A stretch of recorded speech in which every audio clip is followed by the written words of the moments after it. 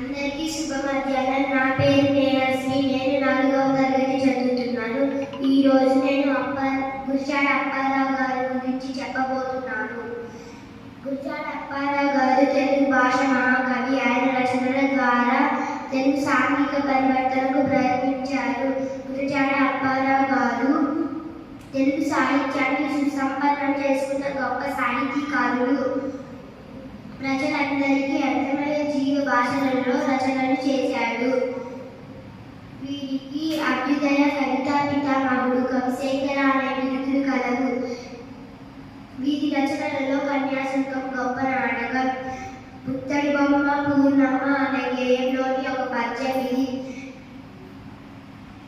కన్నుల కాంతుల కలువల చేరను మేలు చేరను మేలి పసల్ హంసల చేరను నడకల వెడుగుల్ దుర్గలు చేరను పూర్ణమ్మ పుత్తడి బొమ్మ పూర్ణమ్మ. గురజాడ గారు రాసిన ప్రముఖ గేయం దేశభక్తి గేయం.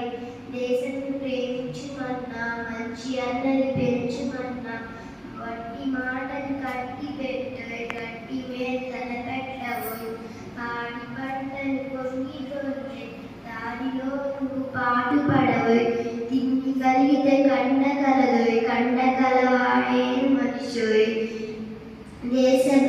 దేశాభిమానం నాకు గద్దని వట్టి గొప్పలు చెప్పుకోబోయ్ ఊని ఏదైనాను ఒక మేలు గురించి చెల్లకు చూపబోయ్ సొంత లాభం కొంత మాను పొరుగు వారికి తోడుపడవే దేశమంటే మట్టి కాదు దేశమంటే మనుషులు. చెత్తా పట్టాలు పట్టుకొని దేశస్తులంతా నడవవలనోయ్ అన్నదమ్ముల వలన జాతులు మతములన్నీ మెలగవలనోయ్. భావాలు: దేశాన్ని ప్రేమించాలి, మంచితనాన్ని పెంచుకోవాలి, అవసరం లేని మాటలు మాని ప్రజలకు మేలు కలిగే పని చేయాలి, పంటలు బాగా పండించాలి, పాడి పరిశ్రమలు పెంచుకోవాలి, అప్పుడు తిండికి కలుగు ఉండదు, తిండి వల్ల మనకి బలం కలుగుతుంది, బలం కలవాడే మనిషి. నాకు దేశభక్తి ఉందని చెప్పుకోవటం కాదు, ఏదైనా ఒక మంచి పని చేసి ప్రజలకి చూపగలగాలి, స్వార్థం తగ్గించుకొని తోటి వారికి సహాయపడాలి.